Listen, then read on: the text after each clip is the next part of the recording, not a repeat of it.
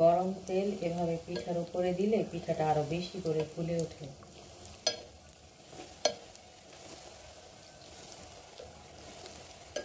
এক পাশ যখন হয়ে যাবে তখন পিঠাটা উল্টাতে হবে।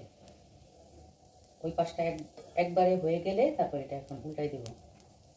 এর আগে আর উল্টাবো না। চুলার আঁচটা কিন্তু একদম লোতে করা। এই যে এখন উল্টাই দিচ্ছি।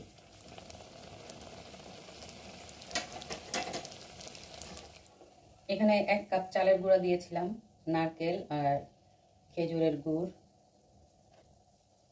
তেলের পিঠার গোলাটা একটু ভারী করে তৈরি করতে হবে।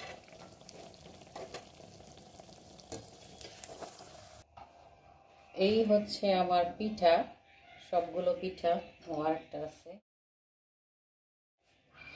এইগুলো হচ্ছে প্রথম পিঠা। এই যে আরো 2টা খাইছি। এই যে এগুলো হচ্ছে প্রথম পিঠা। আরেকটা জিনিস দেখাই, এইটা হচ্ছে সবার শেষের পিঠা। এইটা হচ্ছে শেষ পিঠা। এটা পিঠা একটু ভেঙে দেখাচ্ছি কেমন হয়েছে। এই যে ভেতরটা হালকা হালকা মিষ্টি, খেতেও দারুণ হয়েছে।